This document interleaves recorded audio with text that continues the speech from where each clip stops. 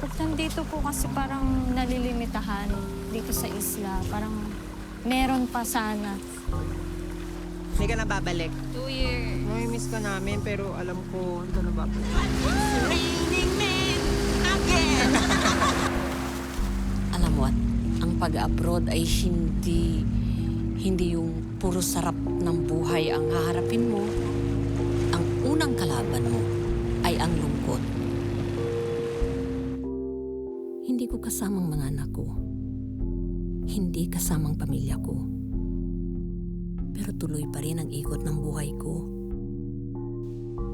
Huwag talakayin ang mga personal na bagay ng iyong amo sa ibang tao. Ang buhay minsan, gusto mo parang naglalakad lang ng simple. Minsan, gusto mong tumakbo palayo sa lahat. Ayokong sukuan ang sarili ko.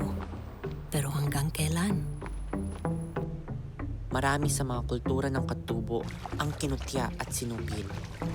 Mula sa mga lumaban upang makamit ang kanilang kalayaan,